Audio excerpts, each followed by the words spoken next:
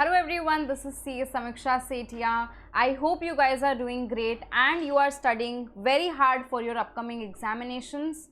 As you can see in this video, we are going to discuss the amendments for CA Intermediate Economics for Finance, that is paper number 8B. कुछ students सोच रहे होंगे कि ma'am economics जैसे subjects में क्या amendments आ सकती है, तो आपको मैं बता दूं guys, the CA institute has released new study materials for all it's subjects for the May 21 examinations. सारे ही सब्जेक्ट्स के लिए नया स्टडी मटेरियल इशू किया गया है। तो वैसे ही इकोनॉमिक्स फॉर फिनेंस के लिए जो न्यू स्टडी मटेरियल इंस्टीट्यूट ने लॉन्च किया है, उसके अंदर they have added certain new concepts in some chapters, some new questions, numericals have been added, some clarifications have been given in the existing concepts. तो उसी को हमने नाम दे दिया अमेंडमेंट, जो हमको इकोनॉमिक्स में करना है। इस क्लास को शुरू करने के पहले 3-4 क्वेश्चंस के आंसर मैं कर देती हूँ। Which are the set of students who need to watch these lectures? If you have taken classes from us, you definitely have to watch these lectures to update yourselves. हमने जो class में किया उसके अलावा ICAI study material, new study material में जो changes है वो अपने को कवर करने हैं, ठीक है। तो अगर आप SJC के स्टूडेंट हैं तो आपको ये क्लास डेफिनेटली देखनी है। अगर आप SJC के स्टूडेंट नहीं भी है, if you have not taken economics classes from us, even then if you have prepared from the ICAI study material, the old edition, तो आपको ये क्लास देख के अपने आप को अपडेट कर लेना है with all the changes that have been made, all the important changes that have been made, ठीक है। पहला क्वेश्चन तो हो गया, किसको देखना है। सेकंड क्वेश्चन कौन से एग्जामिनेशन टर्म वाले स्टूडेंट्स के लिए है। तो these lectures are applicable for your May 21 CA Inter examination, November 21 examination if you have studied from the old study material, तो November 21 के लिए applicable है और आगे के एग्जाम टर्म्स के लिए भी applicable है, जस्ट इन केस अगर आपने पुराने स्टडी मटेरियल को रेफर किया है तो, ठीक है। तो 2 क्वेश्चन हमने आंसर कर दिए, कौन से स्टूडेंट्स को देखना है और कौन से एग्जाम टर्म के लिए एप्लीकेबल है। तीसरा बहुत ही इंपॉर्टेंट सवाल जो आपके मन में आ रहा है कि मैम ये जो नोट्स आप दिखा रहे हो यहाँ पर, ये जो नोट्स आप यूज़ करने वाले हैं, ये हम किस तरह से डाउनलोड कर सकते हैं। So if you are existing student, if you have taken FM economics classes from us, आपके क्लास स्लाइड्स में ये नोट्स अपलोड हो जाएंगे, तो आप वहाँ से डाउनलोड कर सकते हैं। अगर आप SJC के स्टूडेंट नहीं हैं, इकोनॉमिक्स नहीं पढ़ा आपने हमसे, don't worry, still you can download these notes. इस वीडियो के डिस्क्रिप्शन बॉक्स में एक फॉर्म है, उसको जाके आप फिलअप कीजिए, तो आपको ये नोट्स का जो एक्सेस है वो दे दिया जाएगा। सिंपल, ठीक है। तो तीनों इंपॉर्टेंट बातें हमने आंसर कर दी। चौथी बात जो है, क्या हम सारे अमेंडमेंट्स इसी लेक्चर में डिस्कस करेंगे? The answer is no. हम जो है यूनिट वाइज अमेंडमेंट्स कवर करेंगे, so that it does not become very heavy for you, and along with covering the amendments, कुछ क्वेश्चंस जो पास्ट RTPs के हैं, पास्ट पेपर्स के जो ऑलरेडी हमने क्लास में किए हैं, वो भी यहाँ पर मैं डिस्कस करूँगी, जिससे हमारा प्रैक्टिस और रिविजन भी एक बार हो जाएगा, ठीक है। तो ये बात है कि हम यूनिट वाइज लेक्चर्स करेंगे। 4 लेक्चर्स होंगे। 1 is for your national income accounting unit, 2nd lecture for public finance, 3rd one for your money market and last one for your international trade. तो अब उस यूनिट के अंदर चाहे 3 चैप्टर्स हो, चाहे 4, चाहे 5, चाहे 2 चैप्टर्स, हम उसके अमेंडमेंट्स जो हैं एक लेक्चर के अंदर करेंगे। इतनी बातें आपको ध्यान में रखनी हैं। इसके साथ साथ जैसे मैं आपको इकोनॉमिक्स फॉर फिनेंस के अमेंडमेंट्स करा रही हूँ, वैसे ही मैंने ऑलरेडी CA इंटर ऑडिट के सारे जो चेंजेस हैं in the new study material वो करवा दिए हैं। तो उसके लिए आप हमारी let's update audit series playlist को रेफर कर सकते हैं, जिसका लिंक मैं इस वीडियो के डिस्क्रिप्शन बॉक्स में आपको दे दूंगी। चलिए, ये सारी बातें हो गई। अब अगर आप हमारे चैनल पर नए हैं तो चैनल को सब्सक्राइब करना ना भूलिए, क्योंकि हम बाकी वीडियोस भी लेके आएंगे, and so that when we upload new videos you get notified for the same. In case you have any queries के लिए आप कमेंट सेक्शन में जो है लिख सकते हैं। I will definitely get back to. Okay, I hope everything is clear. So let's start with our first lecture for the amendments of economics for finance for your CA intermediate paper. तो पहला chapter जो है वो है national income accounting. First we are going to cover the additions to topics और the clarifications that have been made. पहला topic है final goods, ठीक है। ये हम जो कर रहे हैं ये एडिशंस टू टॉपिक्स हैं। तो first topic is final goods and intermediate consumption. हमने ये ऑलरेडी नेशनल इनकम अकाउंटिंग में पढ़ा है in the value added method, but इतना डिटेल में नहीं है जैसे कि यहाँ पर दिया हुआ है। तो फाइनल गुड्स की वैल्यू हम इंक्लूड करते हैं in national income accounting, we do not include intermediate goods. Now the question comes, how do we distinguish what is final goods and what are intermediate goods. तो final goods वो वाले goods होते हैं, services होती हैं which are meant for final consumption और investment. तो final goods के दो पर्पस हो सकते हैं, या तो कंजम्पशन, इफ कंज्यूमर उसको डायरेक्टली फाइनली कंज्यूम कर रहा है, या फिर they are invested, that means your capital goods. इसके अलावा if there are any goods which undergo any kind of transformation or are not meant for resale, they are used in the production of some other goods, in that case they are termed as intermediate goods. So how do we distinguish final goods and intermediate goods? Based on the end use. ये already अपने को पता है, मैं यहाँ पे क्यों discuss कर रही हूँ, बिकॉज इंस्टीट्यूट ने इस पर एक डिटेल्ड पैराग्राफ डाला है, और आपको पता है इकोनॉमिक्स में 2-3 मार्क्स के क्वेश्चंस अपने के आते हैं. तो एक क्वेश्चन अगर final goods and intermediate consumption पे आ गया, तो this is the matter that we can use to write the answers. ठीक है, so we can just go through. Final goods refer to those goods which are used either for consumption, number 1 for consumption, or for investment. पहला purpose ये हो गया, second purpose investment. They are neither resold nor undergo further transformation in the process of production. The distinction between intermediate goods and your final goods is made on the basis of the end use. That is, if the good is used for consumption or investment, then it is final good. Intermediate goods refer to those goods which are used either for resale or for further production in the same year. This is important. So intermediate goods जिस साल produce हुए, अगर उसी साल resale, मतलब उसी साल अगर वो दूसरे प्रोडक्ट का प्रोडक्शन में यूज किया जाता है, तभी उसको इंटरमीडिएट गुड्स कहते हैं. अगर वो प्रोड्यूस होके रह गया for a period of time for more than 1 year, तब उसको हम फाइनल गुड में क्लासिफाई कर देते हैं. फॉर एग्जाम्पल फाइनल गुड्स का अगर हम एग्जाम्पल ले, तो एग्जाम्पल क्या होगा, फाइनल गुड्स का एग्जाम्पल क्या होगा, फॉर एग्जाम्पल कार.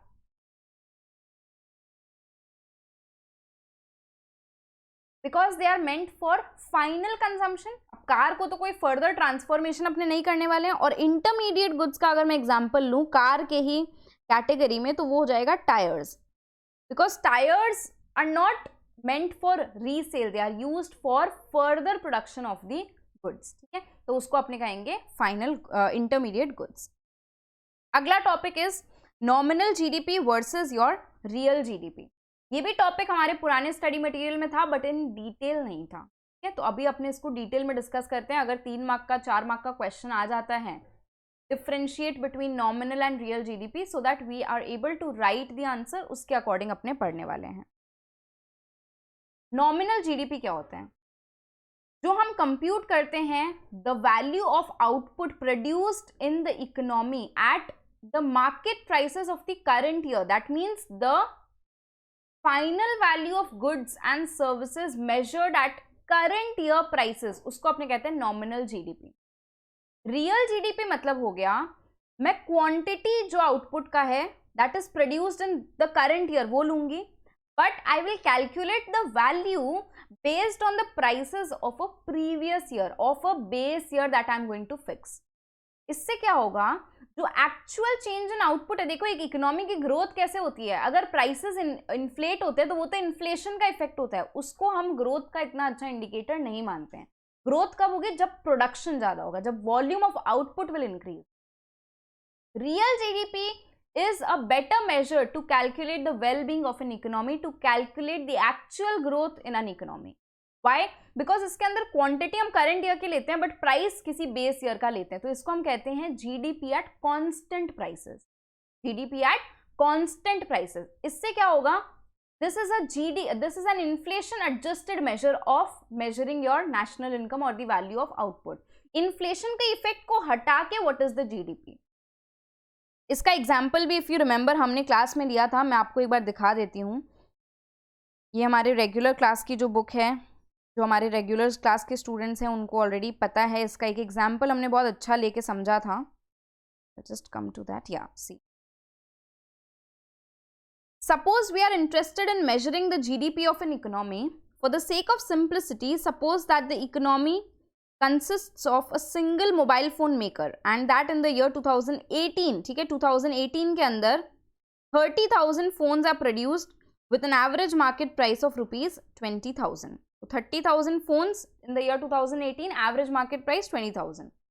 और इकोनॉमी में सिर्फ मोबाइल फ़ोन ही बिकता है, दैट सिंगल गुड इकोनॉमी है, सिंगल कमोडिटी. तो जीडीपी की वैल्यू क्या हो जाएगी? 30,000 इंटू 20,000. जीडीपी क्या है? Value of output, value of the final goods and services produced in the economy, right? Now, economists define the value of goods and services measured at current prices as the nominal GDP. Now, suppose that in 2019, 30,000 phones are again produced. ठीक है, quantity of output same है, but the prices are increasing by 5%, that is 21,000 price हो गया.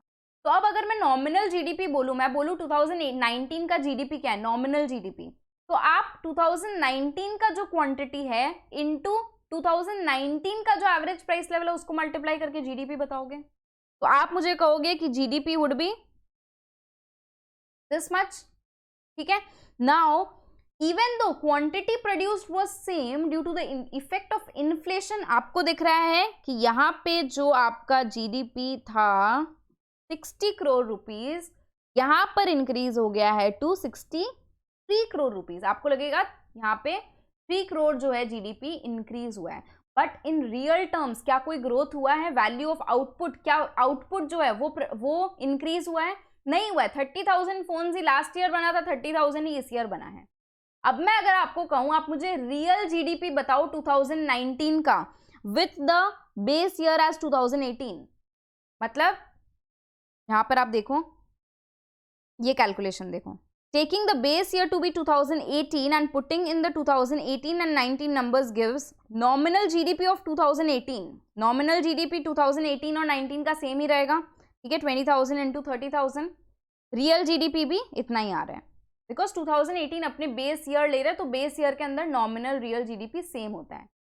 अब अगर मैं बात करूं 2019 की, तो नॉमिनल जीडीपी क्या हो गया? Price of that year into quantity of that year. तो 30,000 into 21,000 which gives us 63 crores. Now if I talk of real GDP in 2019, तो क्या हो गया? Quantity produced in that year but prices of the base year that is of 2018 20,000 rupees. तो आप देखो real terms में अगर मैं कंपेयर करूं GDP of the both the years, there is no growth at all. तो ये हो गया concept of real and nominal GDP. You can go through the notes, सब कुछ वही लिखा है. ठीक है, ऑलरेडी क्लास में भी हमने डिस्कस किया था इसको, बाकी नोट्स से आप पढ़ सकते हैं. Now the next topic is GDP deflator. Mark this as very very important.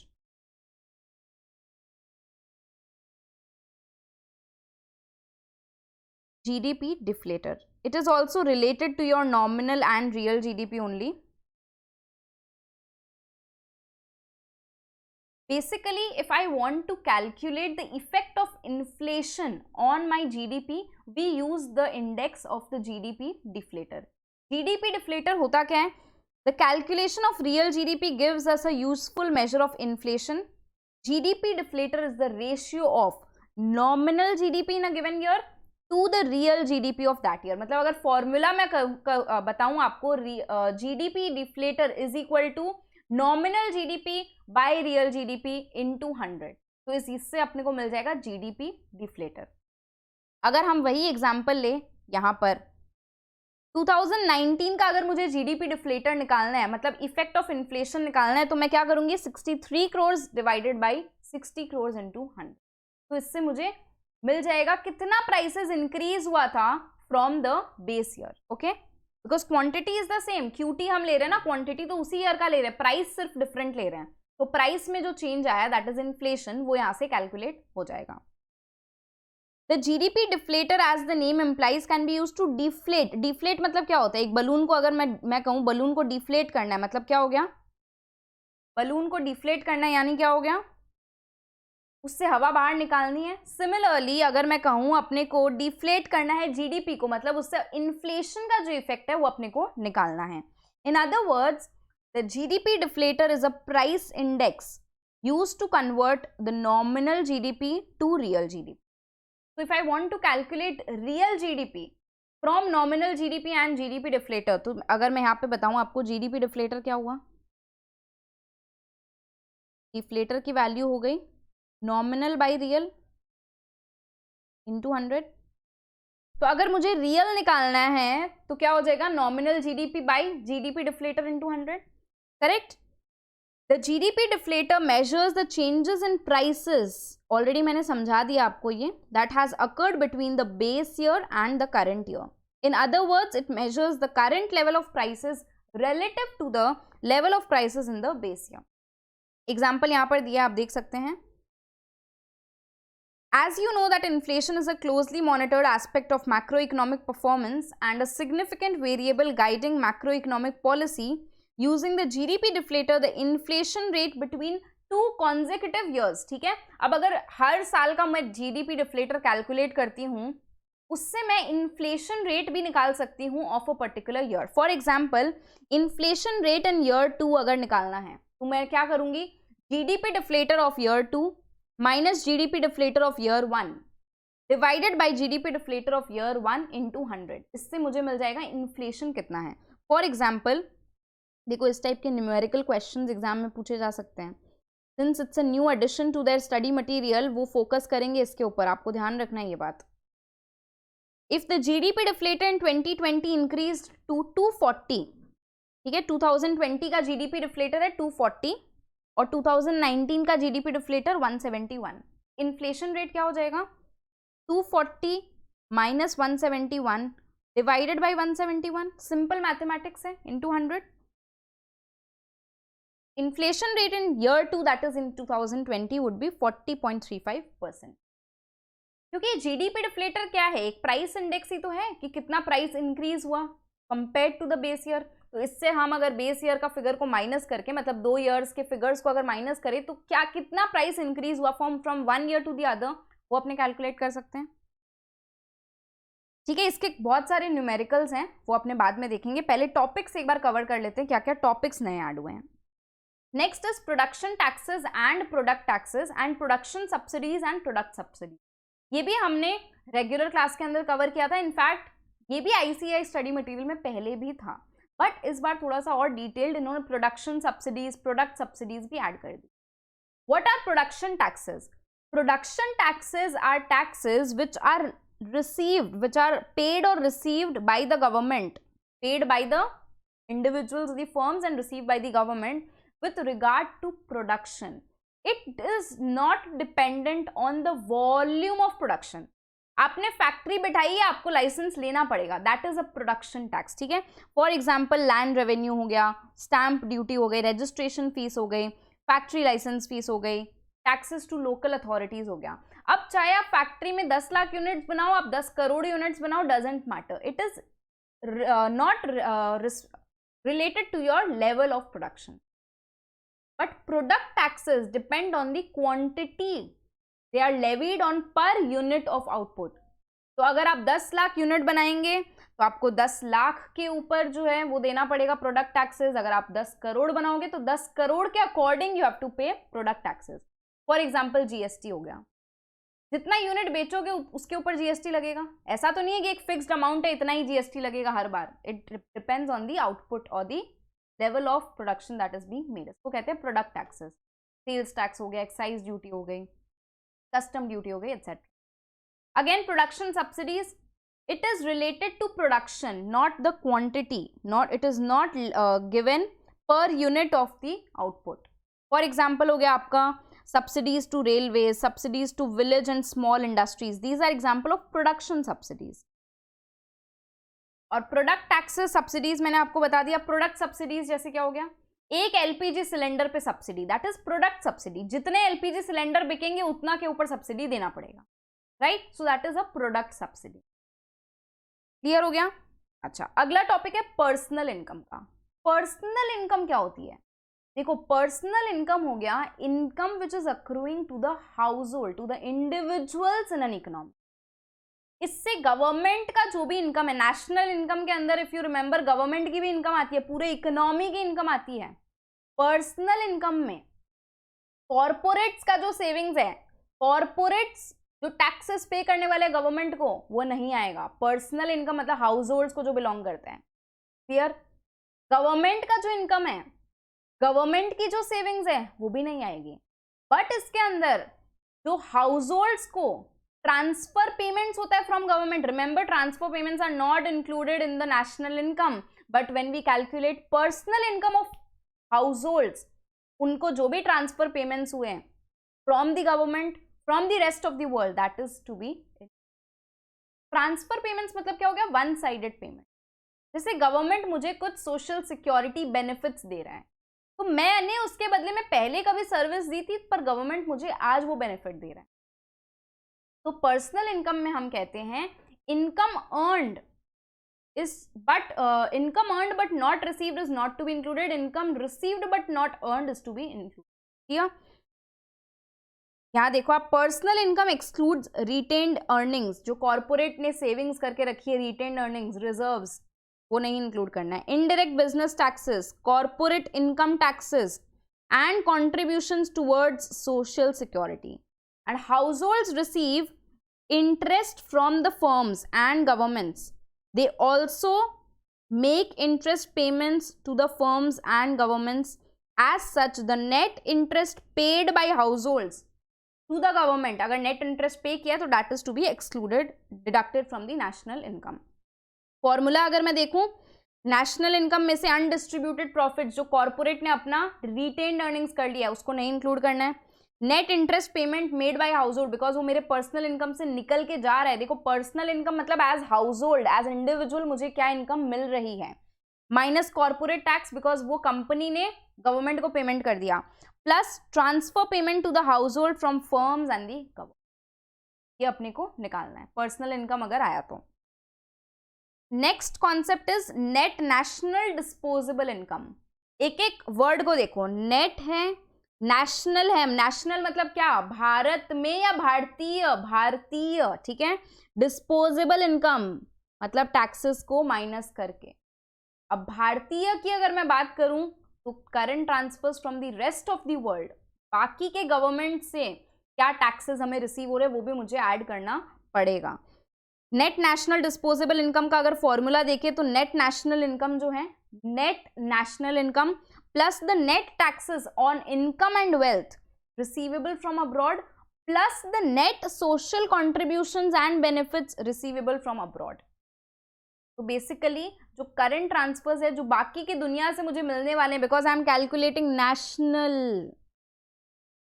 And disposable है मतलब हमारी कंट्री में जो टैक्स पेमेंट करना है उसकी बात अलग हो गई, बाकी के कंट्री से जो टैक्स रिसीव हो रहा है मुझे वो तो हमारी इनकम हुई ना, हमारी गवर्नमेंट के लिए, तो that is to be added. अगर मैं बात करूं ग्रॉस नेशनल डोमेस्टिक इनकम की तो difference only, gross national disposable income की अगर मैं बात करूं difference is only between net and gross, मतलब यहाँ पे हम डेप्रिसिएशन को इफेक्ट को लेंगे, we will add the depreciation.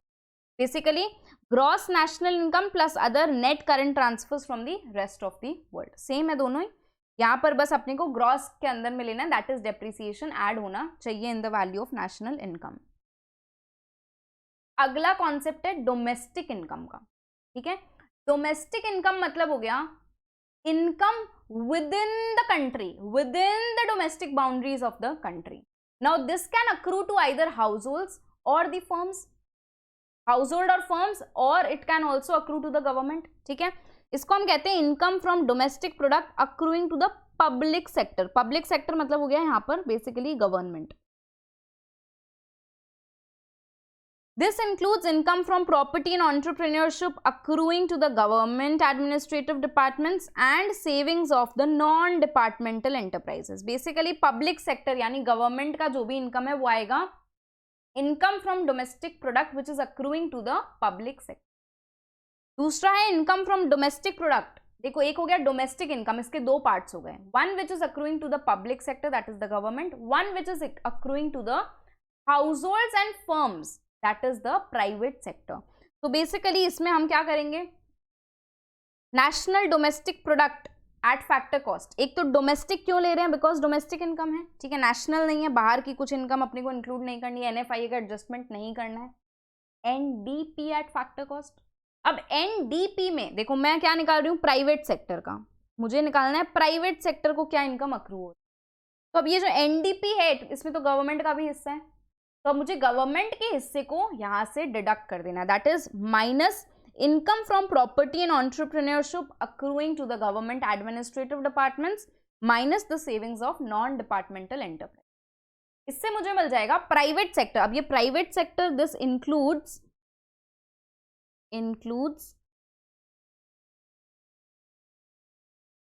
Households and firms. Remember जो पर्सनल इनकम था वो सिर्फ हाउस होल्ड्स का था, यहाँ पर हाउस होल्ड्स एंड फर्म्स दोनों है, ठीक है। That is the difference between your domestic product accruing to the private sector and your personal. ये जो नए एडिशंस हैं गाइस ये एग्जाम के लिए इंपॉर्टेंट है, इससे क्वेश्चंस पूछे जा सकते हैं, इसको बिल्कुल इग्नोर नहीं करेंगे, एकदम अच्छे से पढ़ के जाएंगे। अभी हम इसके ऊपर न्यूमेरिकल्स भी देखेंगे तो आपका सारा जो कॉन्सेप्ट है वो क्लियर हो जाएगा। अगला टॉपिक है private income. Private income is a measure of the income, both factor income and transfer income, which accrues to the private sector from all sources, that is within the country also, from outside the country also. All sorts of income which the households and the firms, that means the private sector, are receiving from the country, from within the country or outside the country. तो अगर मैं formula बनाऊं private income का तो क्या हो गया, factor income from net domestic product accruing to the private sector, मतलब ऊपर जो हमने कैलकुलेट किया, ठीक है, which is accruing to the private sector, plus the NFIA net factor income from abroad, because यहाँ ऊपर दिए वाले डोमेस्टिक इनकम में NFIA नहीं था, यहाँ मुझे NFIA ऐड करना पड़ेगा, plus the national debt interest, because that is a transfer payment. Domestic income में हमने ट्रांसफर पेमेंट नहीं लिया था, यहाँ पर हमें ट्रांसफर पेमेंट्स भी लेना होगा। नेशनल डेट इंटरेस्ट मतलब गवर्नमेंट जो इंटरेस्ट पे कर रहा है to the public, plus current transfers from the government, plus other net current transfers from the rest of the, ये सब अपने को इंक्लूड करना है in the private income. Clear हो गया। Other net transfers from the rest of the world में क्या आ सकते हैं, कोई सोशल सिक्योरिटी बेनिफिट जो दूसरे कंट्री वाले हमारे सिटीजन्स को दे रहे हैं, मतलब जो वहाँ रिसाइड कर रहे हैं बट दे आर इंडियंस, मतलब रेसिडेंट इंडियंस हैं, तो उनको जो इनकम रिसीव हो रही है वो तो यहाँ पे ऐड होगी बिकॉज दैट इज नेशनल। यहाँ पर हम फ्रॉम ऑल सोर्सेस कैलकुलेट कर रहे हैं। क्लियर। चलिए अगला जो टॉपिक है वो बेसिकली एक क्लैरिफिकेशन है छोटा सा relating to your value added method. Value added method अगर आपको याद है, यहाँ पर हम GVA कैलकुलेट करते हैं, ग्रॉस वैल्यू एडेड, उससे फिर NVA and then we finally calculate the national income, that is NNP at factor cost. अब जो GVA होता है वो क्या है, value of output minus your intermediate consumption, ठीक है। अगर मैं आपको थोड़ा सा रिकॉल करा दूं, GVA क्या था, GVA एट मार्केट प्राइस था value of output minus your intermediate consumption. ये जो वैल्यू ऑफ आउटपुट था ये क्या था, this is your sales plus change in stock, that is your closing minus opening stock, और ये इंटरमीडिएट कंजम्पशन जो इसके अंदर आपका परचेजेस आ जाएगा, ठीक है, purchase of the intermediate goods. Now यहाँ पे एक क्लैरिफिकेशन ये है कि while calculating the value added we are actually finding value of production of the firm. Now production of the firm is the value added in one stage plus your intermediate consumption. Basically यहाँ पर ये मैंने जो निकाला है ये value added निकाला है। अब अगर मुझे प्रोडक्शन निकालना है that is the value of output, तो वैल्यू ऑफ आउटपुट क्या हो जाएगा, your value added plus the intermediate consumption. Clarification ये है कि अगर क्वेश्चन के अंदर डोमेस्टिक परचेज सेपरेटली दिया है तो हमको उसमें इंपोर्ट्स ऐड करना पड़ेगा, बिकॉज यहाँ पे हम टोटल परचेज को कंसिडर करते हैं। अब ये परचेज कौन सी होगी, इंटरमीडिएट कंजम्पशन वाली है या फिर आपके जो स्टॉक के अंदर परचेज मतलब रॉ मटेरियल्स के अंदर परचेज हो रहा है उसको हम कंसिडर करते हैं। तो that is to be decided according to the question. But अगर परचेजेस दिया है एंड इंपोर्ट सेपरेटली दिया है तो हम कंसिडर करते हैं परचेज में इंपोर्ट इंक्लूडेड है, बट अगर वर्ड डोमेस्टिक परचेज दिया है, इंपोर्ट्स अलग से दिया है, तो हमें domestic purchase plus import is equal to total purchase को कंसिडर करना पड़ेगा. सिमिलरली अगर सेल्स दिया है तो हम अज्यूम करते हैं कि सेल्स के अंदर एक्सपोर्ट सेल्स भी इंक्लूडेड है. But if the word domestic sales is given, we need to separately add the exports in order to calculate the total sales. Clear हो गया? ये क्लैरिफिकेशन है. नेक्स्ट और एक क्लैरिफिकेशन है इनकम मेथड के अंदर. इनकम मेथड में if you remember, income method का फॉर्मूला आप मुझे बता सकते हो? इनकम मेथड का फॉर्मूला मैम हम लोग उसमें ऐड कर देते हैं. मतलब अगर मैं एनडीपी एट फैक्टर कॉस्ट निकालने आपको बोलूँ, NDP net domestic product at factor cost, compensation of employees, operating surplus जिसमें rent, interest and profit included होता है, plus your mixed income of self employed. Since net है तो हम डेप्रिसिएशन का एडजस्टमेंट नहीं कर रहे हैं, डोमेस्टिक है तो हम एनएफआईए भी एडजस्ट नहीं कर रहे हैं. और फैक्टर कॉस्ट पे निकालना है तो already factor payments, factors of production को जो पेमेंट कर रहे हैं that is on factor cost. तो ठीक है, अब यहाँ पे क्लैरिफिकेशन ये है कि ऑपरेटिंग सरप्लस के अंदर जो rent plus interest plus profit होता है, इंटरेस्ट वाला जो फिगर है, देखो मैं यहां लिख देती हूं, ऑपरेटिंग सरप्लस क्या होता है? Rent plus interest plus your profit. Clarification इन दो बातों के ऊपर है. Clarification is regarding your interest and regarding your profit. Interest में ये कहा गया है कि interest paid by government on public debt, जो कि हमने प्राइवेट इनकम में ऐड किया था. गवर्नमेंट डेट पे जो interest, national debt interest if you remember, तो interest paid by government on public debt, interest on consumption loans, interest paid by one firm to the another are excluded. So this is very important adjustment. अगर exam में question आता है और इसमें ये सारे interest अलग से दिए हैं तो आपको एक्सक्लूड करना है when we calculate the national income. Why? Because ये सारे जो इंटरेस्ट हैं ये बाकी जगह प्रॉफिट कैलकुलेट करने में, मतलब अगर interest paid by one firm to the another है, एक फर्म ने दूसरी फर्म को इंटरेस्ट पेमेंट किया, तो वो जिस फर्म ने इंटरेस्ट रिसीव किया उसके पीएल अकाउंट में रिफ्लेक्ट हो रहा होगा, तो उसके प्रॉफिट में वो ऑलरेडी कंसिडर हो चुका है. तो इस तरह के इंटरेस्ट हम लोग नहीं इंक्लूड करते हैं. सेकेंडली, जो प्रॉफिट्स है, प्रॉफिट्स के अंदर corporate taxes plus the dividend plus the retained earnings, they are included. ठीक है, इसके अंदर किसी भी तरह का कैपिटल गेन, विंडफॉल प्रॉफिट, कोई लॉटरी इनकम वगैरह हो गई, one time income, again your transfer incomes, income from sale of second hand goods and financial assets, payment out of past savings are not included. Current year profit is to be included. However अगर मैंने कोई asset बेची, second hand कुछ goods बेचा, उसके ऊपर commission brokerage pay किया जा रहा है, ठीक है, तो वो नेशनल इनकम में इंक्लूड होगा. बिकॉज कमीशन ब्रोकरेज तो करंट ईयर का हो गया ना, तो वो चीज इंक्लूड होगा. बट उस सेकेंड हैंड गुड सर्विस का वैल्यू नहीं इंक्लूड होगा, because that is already been included in the year in which that was sold at the first time. वो उस ईयर का इनकम होगा, करंट ईयर का इनकम नहीं होगा. Again, imputed value of services provided by owners of production units will be included as these are the current flow of goods and services. मतलब entrepreneurship का जो imputed value हो गया, ठीक है, मैं अपने बिजनेस में एफर्ट्स डाल रही हूँ, मेरा सर्विस का जो imputed value हो गया, अगर मैं ये काम किसी और से कराती, उसको जो पेमेंट देना होता वही मेरे सर्विस का imputed value हो गया. That is to be included. Because remember one thing, हमें क्या करना है, हमें current flow of goods and services को आइडेंटिफाई करके उसको ऐड करना. I hope all these are clear to you. अभी हम जो करेंगे वो है न्यूमेरिकल इलस्ट्रेशंस. जो नए क्वेश्चंस ऐड हुए हैं on all the topics that we have discussed. RTP past paper के भी क्वेश्चंस हैं, तो हम हर क्वेश्चन को सॉल्व नहीं कर रहे हैं, यहाँ पर हम डिस्कस कर रहे हैं.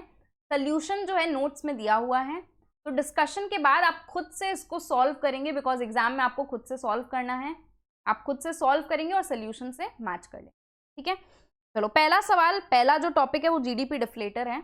Illustration 1 is find out the GDP deflator and also interpret it. Two parts to the question. One is we have to calculate GDP deflator for every year and then interpret the same. तो पहला 2014 हो गया जो कि base year है। Nominal GDP real GDP same होगा, मैंने आपको बोला था बेस ईयर में रियल नॉमिनल सेम होता है। क्यों सेम होता है? क्योंकि बेस ईयर में करंट ईयर भी वही हुआ, बेस ईयर भी वही हुआ, तो प्राइसेस दोनों का सेम ही लिया जाएगा, hence nominal is equal to real. तो यहाँ पर GDP deflator is always 100, because GDP deflator क्या है, नॉमिनल बाई रियल इंटू 100। तो आप देखो 500 by 500 into 100 it will come to 100। Similarly 2015 का नॉमिनल जीडीपी 800 है, रियल जीडीपी 650 है, ठीक है। यहाँ पर हम देख रहे हैं नॉमिनल टर्म्स में 300 से इंक्रीज हो गया है, 300 बिलियन से, बट यहाँ पर सिर्फ 150 से ही इंक्रीज हुआ है, बिकॉज कुछ इन्फ्लेशन का इफेक्ट आ गया ना, क्वांटिटी प्रोड्यूस तो थोड़ा कम ही इंक्रीज हुआ है। अगर जीडीपी डिफ्लेटर मुझे निकालना है तो 800 divide by 650 into 100 which comes to 123.08। Similarly मैंने बाकी ईयर्स के भी जीडीपी डिफ्लेटर निकाल लिए। Now a GDP deflator higher than 100, मतलब बेस ईयर में जीडीपी डिफ्लेटर 100 था, यहाँ पर 123 हो गया। It indicates that there is an increase in the prices. It indicates that there is an increase in prices when compared to the base year. So compared to the base year, you see there is increase in price every year. Increase in price every year. Prices have increased when we compare to the base year. But अगर मैं comparison करूँ of 2017 and 2016, you see 2017 में GDP deflator 136 है, 2016 previous year में GDP deflator was 143, that means it was higher in 2016. So when I compare prices of 2017 and 16, it shows कि 2017 के अंदर जो है प्राइस डिक्रीज हुआ है when I compare it to the 2016, not with the base year. Base year हमारा fix हो गया है, base year is 2014 only. This is the base year. Blue जो मैं इंडिकेट कर रही हूँ वो बेस ईयर है, ठीक है, यहाँ पर बेस ईयर ये है. तो इंटरप्रिटेशन यही हो गया कि GDP deflator higher than 100 indicates that prices have increased when compared to the base year. But if we compare the deflator of 2 consecutive years and if the GDP deflator of a succeeding year is lower than that of the preceding year, it indicates that there has been a fall in price when compared to the preceding year. I hope now it's clear to you. अगला सवाल देखो, ये वाला question आपके RTP में भी था. This question was there in your RTP May 21 also. उसकी वीडियो भी रिकॉर्ड करके डाल दी गई है. जो हमारे रेगुलर स्टूडेंट्स हैं उनको भी वो क्लास आपके फोल्डर्स में आपको मिली होगी, उसको ज़रूर देखिए. अगर आपने वहाँ नहीं देखी तो यूट्यूब पर भी अपलोडेड है आरटीपी May 21 का डिस्कशन, उसको ज़रूर देखिए. क्वेश्चन देखो, the nominal and real GDP respectively of a country in a particular year are ₹3,000 crores and 4,000. मतलब ये हो गया नॉमिनल, ये हो गया real.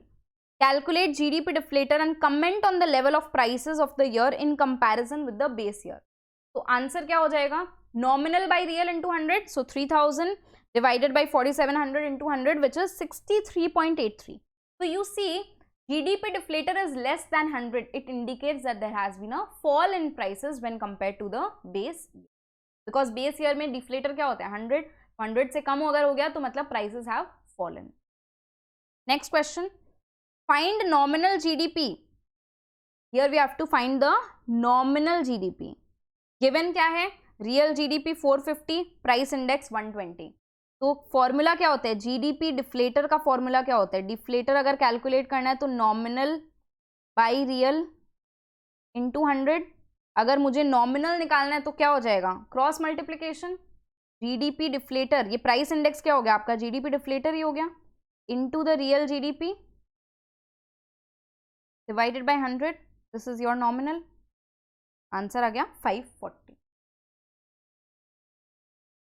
Clear? Because your GDP deflator is higher than 100, आपका nominal will be more than real GDP. ये ध्यान रखिएगा. अगर GDP deflator 100 से ज़्यादा, आप common mathematics भी अगर लगाएं, logically सोचें, prices have increased, मतलब deflator is more than 100. अब अगर price increase हुआ है, current year prices have increased, तो nominal GDP तो ज़्यादा ही होगा. price increased हम किसके relation में बोल रहे हैं, base year के relation में. तो आपका nominal GDP would definitely be more than your real GDP. तो इस तरह के रिलेशंस आपको ध्यान रखने हैं। अगला सवाल, suppose nominal GDP of a country in year 2010 is given at rupees 600 crores and price index is 100, that is the base year. Now let the nominal GDP increases to 1200 crores in year 2018 or price index rises to 110, find out the real GDP. तो again इसी formula से use करके हम निकाल सकते हैं real क्या हो जाएगा, nominal by GDP deflator into 100, nominal by GDP deflator, remember GDP deflator and price index here is the same, तो GDP deflator nominal GDP by GDP deflator into 100, यहाँ पर आपका रियल जीडीपी आ गया। ये जो बेस ईयर के figure है ये हमारे कोई काम के नहीं है इन द गिवन क्वेश्चन। तो जीडीपी डिफ्लेटर एक इंपॉर्टेंट टॉपिक है एग्जाम के लिए। अब जो इलस्ट्रेशंस हमने ऐड किए हैं वो बेसिकली आपके पास पेपर्स आरटीपीज वगैरह से है। You will see that lot of them we have already covered in class. तो एक तरह का रिविजन यहाँ पर हो जाएगा। कुछ नया भी है तो ऐसा नहीं कि पूरा स्किप कर देंगे, देखेंगे पूरा, नया क्वेश्चंस नए एडजस्टमेंट्स भी है तो उसको अपने नोट कर लेंगे। Okay, from the following data calculate NNP at FC, NNP at market price, GNP at market price and GDP at market price. So whenever a question is being asked, first we analyze what is the given data. कौन से method को use करके अपने को निकालना है the aggregates. Operating surplus दिया है 2000 crore, mixed income of self employed दिया है, रेंट दिया है, प्रॉफिट दिया है, नेट इनडायरेक्ट टैक्स दिया है, consumption of fixed capital that is your depreciation has been given, net factor income from abroad NFIA it is -50, and compensation of employees. So with which method we are going to use? We are going to use the income method. income method के अंदर अगर मैं GDP at market price निकालना चाहती हूँ तो क्या हो गया, GDP at market price gross है मतलब डेप्रिसिएशन को अपने को लेना पड़ेगा, डोमेस्टिक है मतलब NFIA नहीं लेना है, मार्केट प्राइस पे है मतलब अगर फैक्टर्स ऑफ प्रोडक्शन को जो पेमेंट दिया है वो अपने लेते हैं तो वो फैक्टर कॉस्ट पे होता है। अगर मार्केट प्राइस पे निकालना है तो NIT नेट इनडायरेक्ट टैक्सेस भी ऐड करना पड़ेगा, बिकॉज मार्केट प्राइस क्या होता है, factor cost plus your net indirect taxes. तो GDP एट मार्केट प्राइस क्या हो गया, कॉम्पेंसेशन ऑफ एम्प्लॉयज तो आता ही है इनकम मेथड में, ऑपरेटिंग सरप्लस आएगा, mixed income of self employed आएगा। इसके अलावा सिंस इट इज ग्रॉस हम डेप्रिसिएशन भी ऐड करेंगे, since it is eight market price हम नेट इनडायरेक्ट टैक्सेस भी ऐड करेंगे। सारे फिगर्स डायरेक्टली क्वेश्चन में दिए हुए हैं, put the figures and get the answer. Next अपने को निकालना है GNP एट मार्केट प्राइस। तो डोमेस्टिक को अगर नेशनल बनाना है तो NFIA ऐड करना पड़ेगा। So GDP at MP plus your NFIA gives us the GNP at market price. Next अपने को निकालना है NNP एट मार्केट प्राइस। तो GNP एट मार्केट प्राइस हमने जस्ट निकाला, ग्रॉस को नेट बनाने के लिए डेप्रिसिएशन को माइनस कर देंगे, एक एक एडजस्टमेंट करते जाएंगे, आपको आंसर मिलता जाएगा।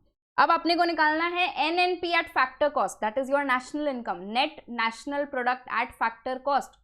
MP को फैक्टर कॉस्ट बनाना है, मार्केट प्राइस को फैक्टर कॉस्ट बनाने के लिए माइनस करेंगे नेट इनडायरेक्ट टैक्सेस। सारे फिगर्स डायरेक्टली क्वेश्चन में दिए हैं, पुट करके सिंपल आपको आंसर निकाल लेना है।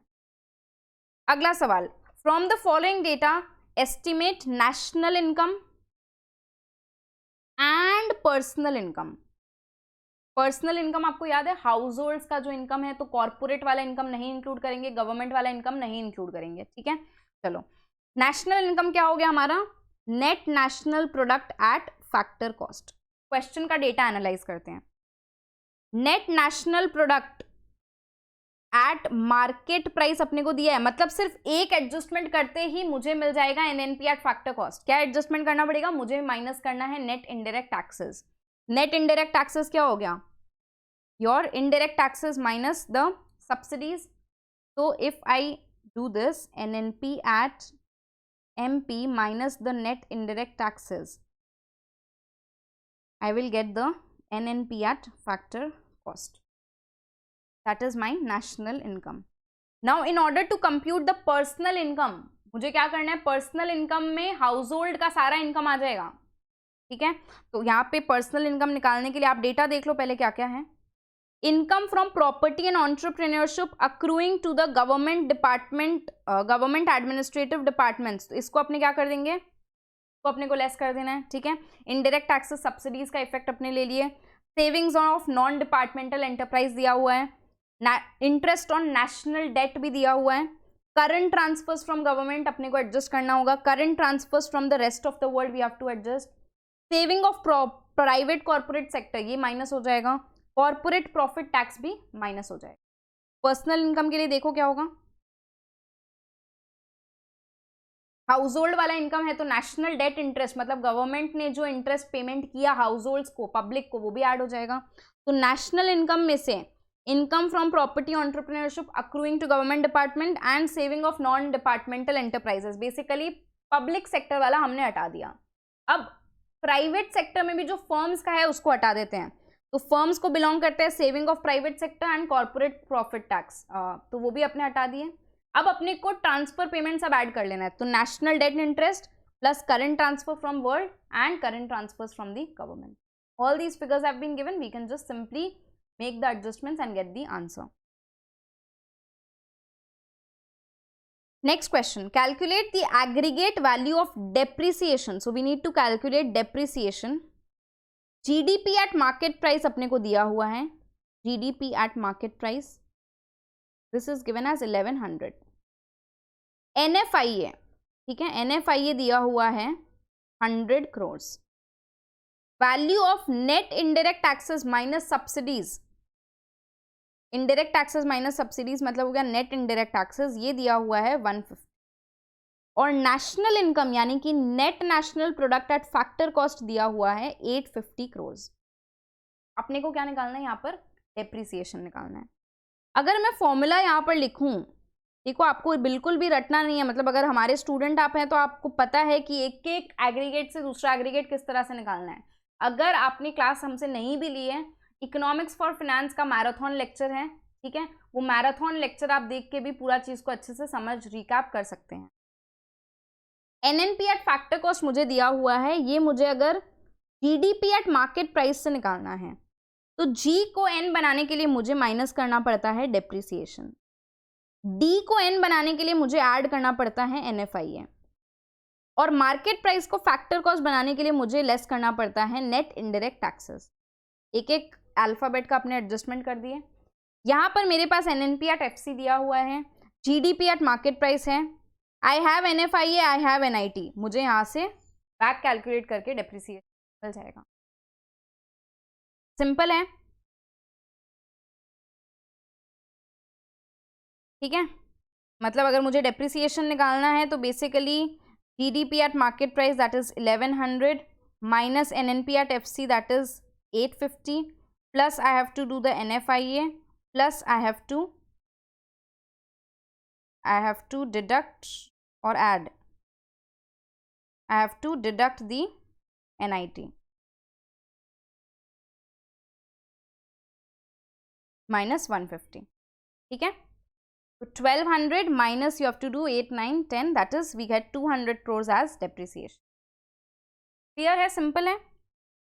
अगला सवाल, on the basis of following information calculate NNP at market price, net national product at market price and the disposable personal income. तो यहाँ पर हमें पर्सनल इनकम टैक्स को भी लेस करना है, डिस्पोजेबल पर्सनल इनकम निकालते टाइम। अपने को क्वेश्चन में क्या दिया हुआ है, net domestic product at factor cost दिया हुआ है, income from domestic product accruing to government, interest on national debt, transfer payment by government, net private donation from abroad. यहाँ अपने को क्या निकालना है, डिस्पोजेबल पर्सनल इनकम, तो ये भी अपने एडजस्ट करेंगे, net factor income from abroad, indirect taxes, ये जो डायरेक्ट टैक्सेस है ये पर्सनल इनकम टैक्स है, ठीक है, सब्सिडीज है, टैक्सेस ऑन कॉर्पोरेट प्रॉफिट्स है, अनडिस्ट्रीब्यूटेड प्रॉफिट्स ऑफ कॉर्पोरेशन है। अपने को सबसे पहले क्या निकालना है, NNP at market price, NDP at FC दिया हुआ है, तो एनएनपी एट एमपी क्या हो जाएगा,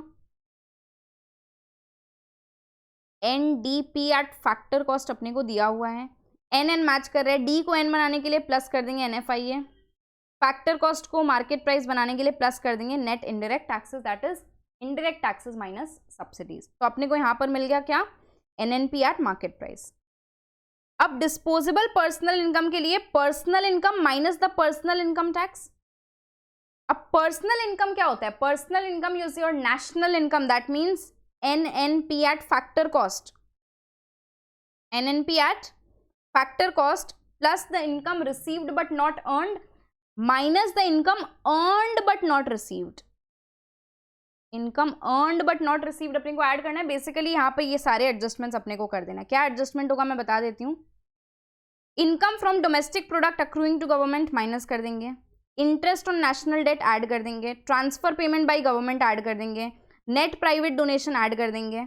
NFIA का एडजस्टमेंट ऑलरेडी हो चुका है, ठीक है। डायरेक्ट टैक्सेस जो है वो लेस कर देंगे बिकॉज पर्सनल डिस्पोजेबल इनकम निकालना है। Taxes on distributed profits less कर देंगे, taxes on corporate profits because it belongs to the corporates not personal, not to households. Undistributed profits भी लेस कर देंगे।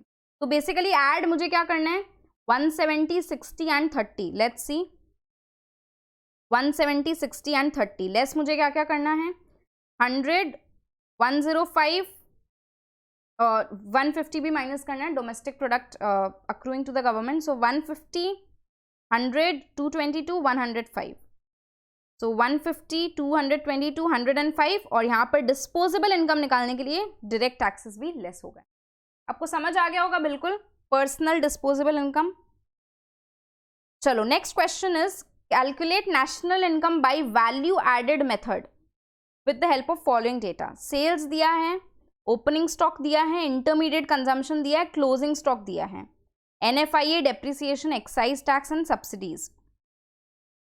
वैल्यू एडेड मेथड में हम पहले क्या निकालते हैं gross value added at market price, gross value added at market price. तो GVA एट MP क्या हो गया value of output minus your intermediate consumption. Value of output क्या हो गया sales plus the change in stock, that is change in stock को भी मैं लिख देती हूँ closing minus opening.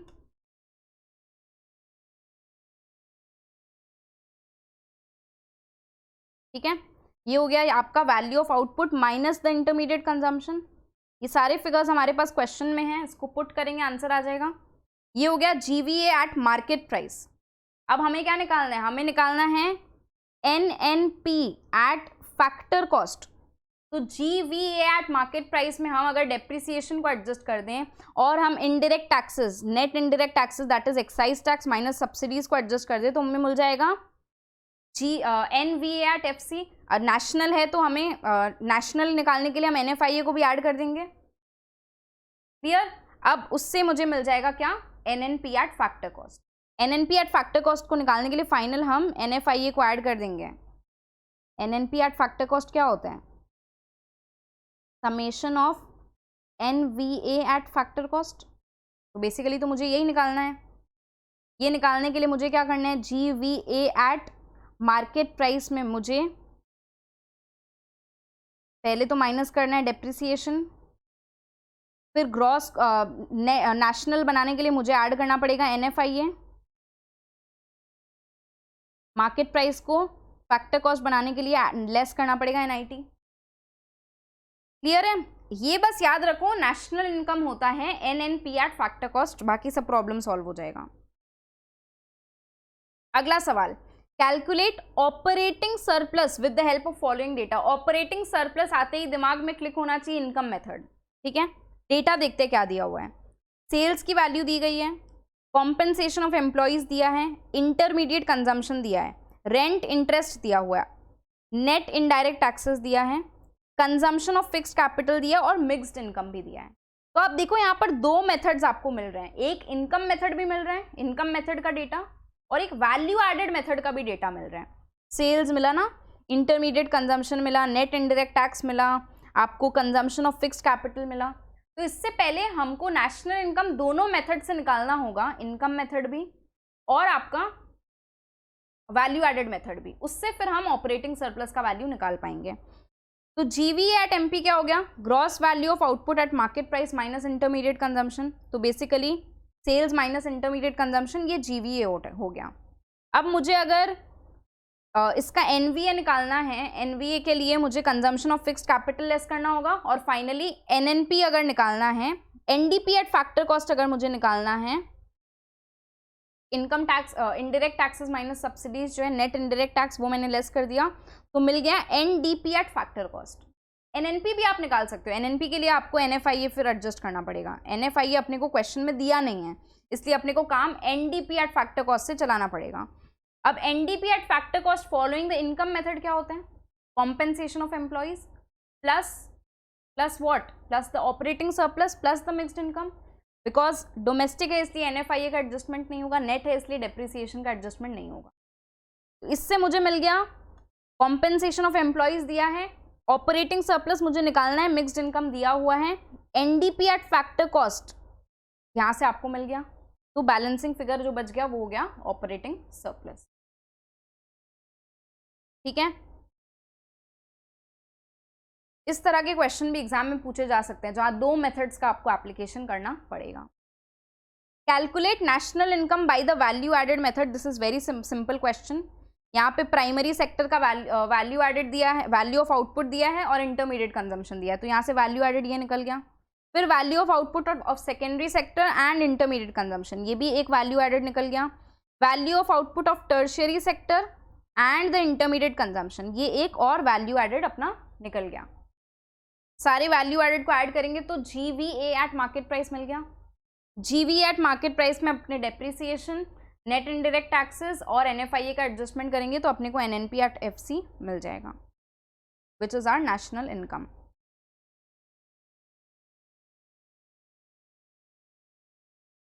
Calculate net value added by factor cost from the following data. तो बेसिकली एनवीए एट एफसी निकालना है। क्या निकालना है? NVA at FC, value added method.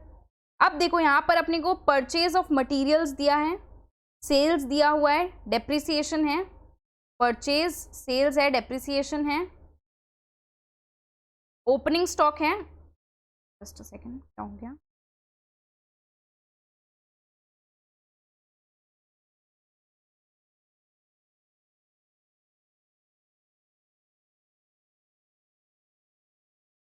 Purchase, sales, depreciation है, opening stock is given, closing stock is given, excise tax is given, intermediate consumption is given and your subsidies is also given. तो पहले तो gross value added निकालना पड़ेगा। Gross value added क्या हो गया? Sales plus change in stock minus the intermediate consumption. Sales हो गया 450 plus change in stock is closing minus opening, so 30 minus 40 and intermediate consumption is 200। तो यहाँ पे अपने को मिल गया 240 crores is the gross value added. NVA क्या हो गया? एनवीए के लिए हम डेप्रिसिएशन माइनस कर देंगे। NVA at market price will be 240 minus depreciation is given as 30। और अपने को क्या निकालना है? NVA at factor cost. तो मार्केट प्राइस को फैक्टर कॉस्ट में कन्वर्ट करने के लिए इनडायरेक्ट टैक्सेस एंड सब्सिडीज को एडजस्ट कर देंगे। यहाँ पर ये जो परचेज ऑफ मटेरियल, इसका कोई भी काम नहीं है, given to confuse us. Intermediate consumption अगर नहीं दिया होता, उसके बदले में अगर परचेज ऑफ गुड्स दिया होता for purchase of intermediate goods, तो अपने उसको कंसिडर। ठीक है, अगला सवाल, calculate national income with the help of expenditure method and income method with the following data. Compensation of employees is given, NFIA, net indirect taxes, profit, private final consumption expenditure, net domestic capital formation. So this is, you see, something we should take a note of. Net domestic capital formation, consumption of fixed capital, depreciation है, rent है, interest है, mixed income of self employed है, net export is given, x minus m. ठीक है, फिर government final consumption expenditure is given, that is G. Operating surplus is given, employers contribution to social security scheme is given, ये भी एक नई चीज है जो अपने को ध्यान रखनी है, एंड इंटरेस्ट इज गिवन। अपने को एक्सपेंडिचर मेथड से भी निकालना है और इनकम मेथड से भी निकालना है। एक्सपेंडिचर मेथड से जीडीपी एट मार्केट प्राइस क्या होता है? जीडीपी एट मार्केट प्राइस क्या हुआ? Consumption expenditure plus your investment plus the government expenditure. अब ये जो इन्वेस्टमेंट हुआ, ये ग्रॉस होगा कि नेट होगा? अगर जीडीपी निकालना है तो हम ग्रॉस डोमेस्टिक कैपिटल फॉर्मेशन लेंगे।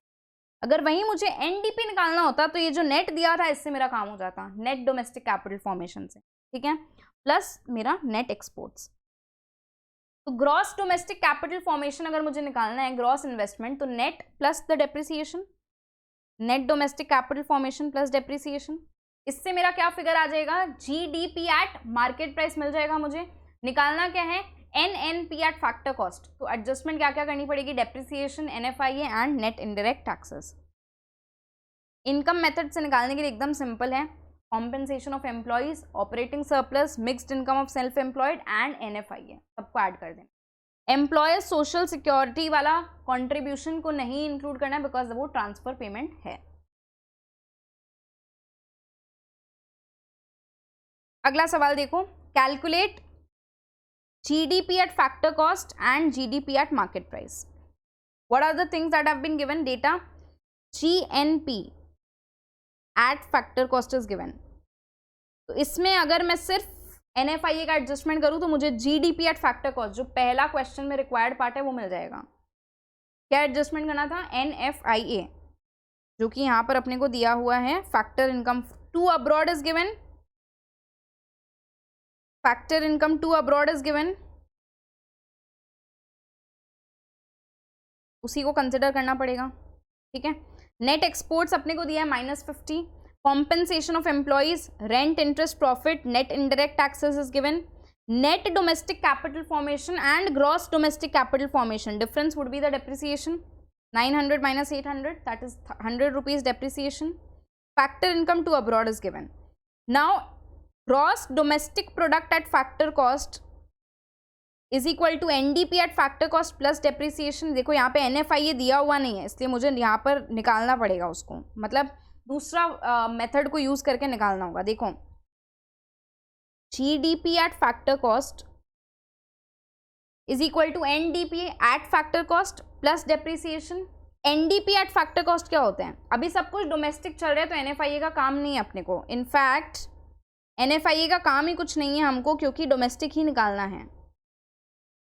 चलो, तो NDP एट फैक्टर कॉस्ट के लिए हम compensation of employees, rent, interest, profit, that is operating surplus, mixed income of self employed plus depreciation. Depreciation अपने को लेना होगा बिकॉज अपने को ग्रॉस निकालना है ना। NDP एट फैक्टर कॉस्ट तो यहाँ तक निकल गया, प्लस डेप्रिसिएशन करने के लिए gross domestic capital formation minus net domestic capital formation, तो अपने को ये मिल गया GDP eight factor cost. Simple है। अब GDP एट मार्केट प्राइस के लिए इसमें नेट इनडायरेक्ट टैक्सेस एडजस्ट कर देंगे, ठीक है, नेट इनडायरेक्ट टैक्सेस ऐड कर देंगे for calculating GDP at MP। इसमें अगर अपने NFIA निकालने जाते तो बहुत पंगा हो जाता। NFIA की हालांकि आप निकाल सकते हैं, net factor income to abroad दिया है, देखो NFIA नहीं दिया है, नेट नहीं दिया है। अगर नेट दिया होता तो हम इसको भी यूज कर सकते थे, तो फिर निकालना पड़ेगा अलग मेथड से, उतना कॉम्प्लिकेशन में नहीं जाके we can also follow this. Next question you see, calculate NNP at FC by expenditure method with the following information. Private final consumption expenditure C is given. अब यहाँ देखो नेट इम्पोर्ट दिया है, नेट एक्सपोर्ट को हम add करते हैं, net import अगर 20 है तो नेट एक्सपोर्ट क्या हो जाएगा, -20, ठीक है। तो आप ऐसा भी कह सकते हो कि नेट इम्पोर्ट को हम माइनस करेंगे, या आप ऐसा कह सकते हो नेट एक्सपोर्ट -20 हो, ठीक है। Public final consumption expenditure, private final consumption expenditure, public final consumption expenditure मतलब G हो गया। Gross domestic capital formation I, depreciation दिया है, सब्सिडी दिया है, इनकम पेड टू अब्रॉड दिया है, ठीक है, चेंज इन स्टॉक दिया है, नेट एक्विजिशन ऑफ वैल्यूएबल्स दिया है। अब यहां पर ये दो चीजें आपको नोट करने की है। जो ग्रॉस डोमेस्टिक कैपिटल फॉर्मेशन है उसमें आपको इन्वेस्टमेंट के अंदर इसके साथ साथ इन्वेस्टमेंट के साथ चेंज इन स्टॉक को भी इन्वेस्टमेंट मानना है, net acquisition of valuables, that means जो प्राइवेट सेक्टर ने, ठीक है, जो हाउस होल्ड्स ने अपने लिए कुछ वैल्यूएबल्स परचेज किए हैं फॉर इन्वेस्टमेंट पर्पस, वो हो गया आपका नेट एक्विजिशन ऑफ वैल्यूएबल्स। तो इनको भी अपने को ऐड करना है, तो ये एक इंपॉर्टेंट एडजस्टमेंट यहाँ पर नया है। So government final consumption expenditure plus the private final consumption expenditure plus your capital formation plus net export, that is यहाँ पर अपने -20 लेंगे। इससे अपने को क्या मिल जाएगा, GDP at market price. Now to calculate the NNP at factor cost, GDP at market price में हम डेप्रिसिएशन लेस कर देंगे, net factor income from abroad अपने को ऐड करना होता है, बट इस क्वेश्चन में अपने को सिर्फ इनकम पेड टू अब्रॉड दिया है, तो इनकम फ्रॉम अब्रॉड को हम 0 मानेंगे, बस दिया हुआ नहीं है तो क्वेश्चन में आपको कुछ एज्यूम करना पड़ेगा, वी एज्यूम इट एज 0। तो 0 - 20 हो गया जो हमने पे किया था अब्रॉड। मार्केट प्राइस के एडजस्टमेंट के लिए एनआईटी नेट इनडायरेक्ट टैक्सेस को लेस कर देंगे, मतलब एमपी से एफसी में जाना है तो एनआईटी वुड बी डिडक्टेड। इस क्वेश्चन में ये मैं एक इंपॉर्टेंट एडजस्टमेंट मानती हूँ, इस इलस्ट्रेशन को आप मार्क करके रखो। This is something new. इसमें न्यू कौन सा पार्ट था? इन्वेस्टमेंट वाला part is new.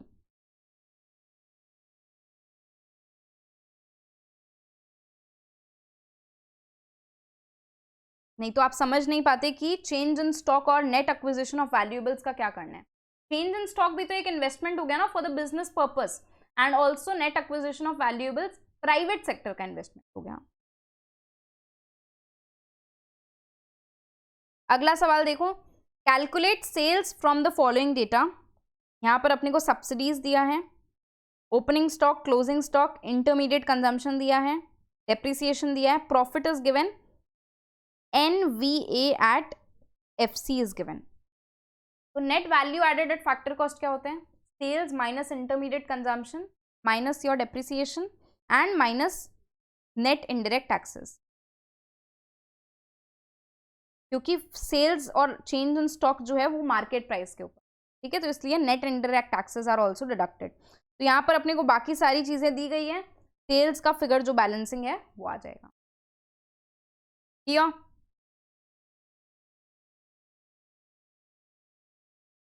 Net indirect taxes में आपको इनडायरेक्ट टैक्सेस नहीं दिया, सिर्फ सब्सिडीज दिया, तो इनडायरेक्ट टैक्सेस को अपने जीरो मान लेंगे। Is it all right? ठीक है, तो ये सारे ही जो कुछ एडिशंस थे वो आपके नेशनल इनकम चैप्टर में थे। All right?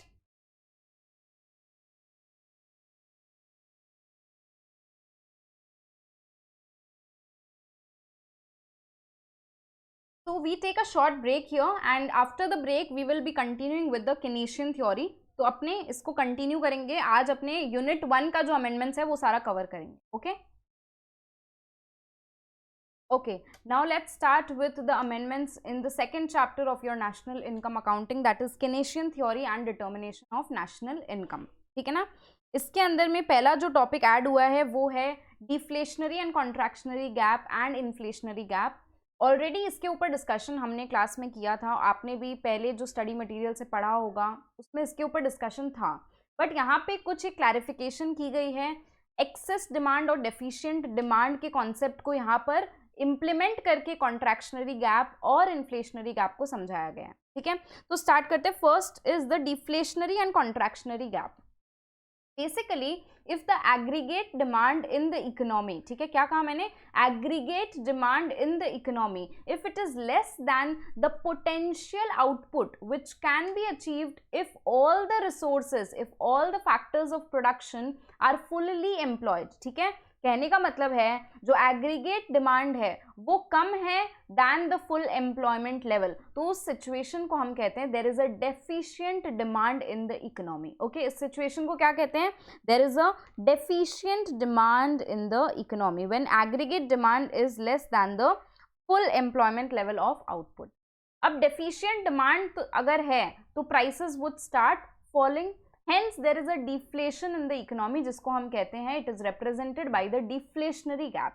Deflationary gap is basically the decrease in the level of output, in the level of employment, in the level of income because of the factor that demand is less than the potential output that can be achieved। Clear हो गया? Deficient demand का मतलब समझ में आ गया आपको, और ये इसी से हम डिफ्लेशनरी गैप, इसको कॉन्ट्रैक्शन, इसको आप कॉन्ट्रैक्शनरी गैप या रिसेशनरी गैप भी कह सकते हो। ठीक है, deflationary gap is also known as recessionary gap और कॉन्ट्रैक्शनरी गैप। ये सिचुएशन जनरली अराइज करेगी when the economy is either in recession or depression. As the name suggest, recessionary gap, तो जब इकोनॉमी रिसेशन में होगी तो we face a deflationary or recessionary gap. इसके वजह से there is also a situation of cyclical unemployment in the economy. What is the situation? Cyclical unemployment in the economy. For a temporary period, for a given time period, there would be unemployment of resources, unemployment of the factors of production because demand ही कम है। ठीक है, तो cyclical unemployment को हम deficient demand unemployment भी कहते हैं। Because of deficient demand there is unemployment of resources। Clear? चलो अगला टॉपिक जो है वो इन्फ्लेशनरी गैप का है। तो मैं आपको यहाँ पर सब कुछ समझा रही हूँ, ये नोट्स आपको प्रोवाइड कर दिए गए हैं ऑलरेडी। जिनको नोट्स नहीं मिले हैं, वीडियो के डिस्क्रिप्शन बॉक्स में देयर इज अ लिंक, ठीक है, आप उस डिस्क्रिप्शन बॉक्स में जो दिया गया लिंक है उस फॉर्म को फिल करेंगे, आपके पास नोट्स मिल जाएंगे। एंड हमारे जो स्टूडेंट्स हैं उनको ऑलरेडी क्लास स्लाइड्स के द्वारा ये नोट्स प्रोवाइड कर दिए गए, ठीक है। चलो इन्फ्लेशनरी गैप कौन सी सिचुएशन है? When aggregate demand in the economy is more than the full employment level of output, aggregate demand is more than the full employment level of output, we say there is an excess demand in the economy. Since there is excess demand, what will happen? अगर किसी चीज का demand ज्यादा है, prices would rise. Supply अगर constant है या कम है, prices would rise. अब प्राइस अगर बढ़ रहा है तो it is inflation, it is causing inflation in the economy and hence it is denoted by the inflationary gap, ठीक है, it is denoted by the inflationary gap. It is the amount by which the actual aggregate demand exceeds the level of aggregate demand required to establish the full employment equilibrium. ये generally कब होगा? जब आपका economy जो है वो boom phase में है, ठीक है, when it is in full motion. Demand pull inflation की वजह से ये इन्फ्लेशनरी गैप अराइज करता है, बिकॉज डिमांड की वजह से prices are increasing, hence inflationary gap is arising. Okay, next very important addition to this chapter that has been made is in the topic of multiplier, ठीक है। हमने government expenditure multiplier, हमने investment multiplier इस chapter के अंदर पढ़ा था, right. Now what happens to the multiplier, to the government expenditure multiplier आप बोल लो, टू द इन्वेस्टमेंट मल्टीप्लायर बोल लो, to the foreign trade multiplier बोल लो, what happens to the multiplier if proportional taxes are introduced? What do I mean by proportional taxes? Taxes which are dependent on the income. ये बहुत important topic है, इसको एकदम ध्यान से समझेंगे, अदरवाइज आप इसको समझ नहीं पाओगे, ठीक है, ध्यान से सुनेंगे। The tax system consists of both lump sum tax, एक fixed amount as tax, and proportional taxes. तो जो टोटल टैक्स एक इंडिविजुअल को देना है, यहाँ पर हम कौन से टैक्सेस की बात करें? इनकम टैक्सेस की बात करें, ठीक है। सो जो टोटल टैक्स देना है वो क्या हो गया? टी बार यानी कि lump sum tax, and some tax which is dependent on your level of income, that is the output, ठीक है। TY is small t का मतलब हो गया ये टैक्स रेट है which is dependent on y, से 20% टैक्स, तो 0.2y it is dependent on the level of income। और ये जो ऑटोनॉमस कांस्टेंट टैक्स हो गया, जो level of tax which is constant for everyone. तो टोटल टैक्स हो गया t is equal to t bar plus small t into y, that is your tax rate into the level of income. Now consumption function हमें पता है क्या होता है, c is equal to a plus Y D, जहां पर Y D का मतलब क्या है? Disposable income.